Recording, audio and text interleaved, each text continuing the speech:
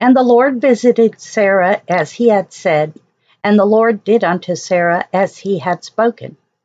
For Sarah conceived and bare Abraham a son in his old age, at the set time of which God had spoken to him. And Abraham called the name of his son that was born unto him, whom Sarah had bare to him, Isaac. And Abraham circumcised his son Isaac, being 8 days old, as God had commanded him. And Abraham was 100 years old when his son Isaac was born unto him. And Sarah said, God hath made me to laugh, so that all that hear will laugh with me. And she said, Who would have said unto Abraham that Sarah should have given children suck? For I have borne him a son in his old age. And the child grew and was weaned, and Abraham made a great feast the same day that Isaac was weaned.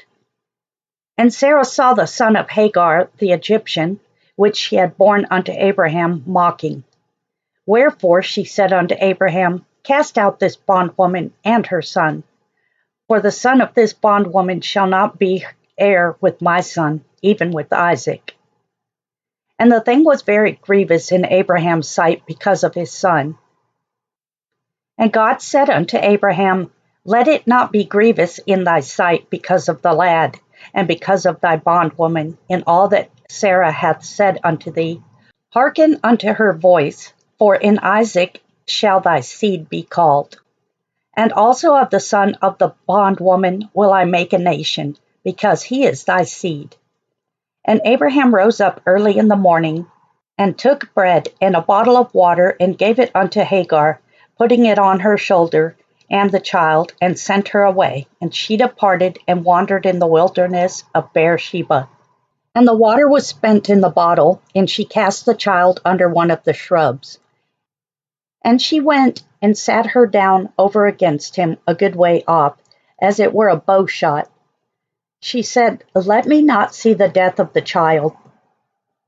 And she sat over against him, and lifted up her voice, and wept. And God heard the voice of the lad, and the angel of God called to Hagar out of heaven, and said unto her, What aileth thee, Hagar? Fear not, for God hath heard the voice of the lad where he is. Arise, lift up the lad, and hold him in thine hand, for I will make him a great nation. And God opened her eyes, and she saw a well of water, and she went and filled the bottle with water, and gave the lad drink. And God was with the lad, and he grew and dwelt in the wilderness, and became an archer. And he dwelt in the wilderness of Paran, and his mother took him a wife out of the land of Egypt. And it came to pass at that time that Abimelech and Phicol, the chief captain of his host, spake unto Abraham, saying, God is with thee in all that thou doest. Now therefore swear unto me here by God, that thou wilt not deal falsely with me, nor with my son, nor with my son's son, but according to the kindness that I have done unto thee. Thou shalt do unto me, and to the land wherein thou hast sojourned. And Abraham said, I will swear. And Abraham reproved Abimelech because of a well of water, which Abimelech's servants had violently taken away.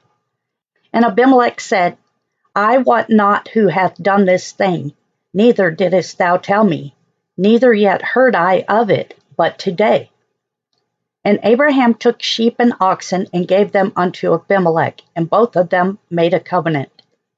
And Abraham set 7 ewe lambs of the flock by themselves.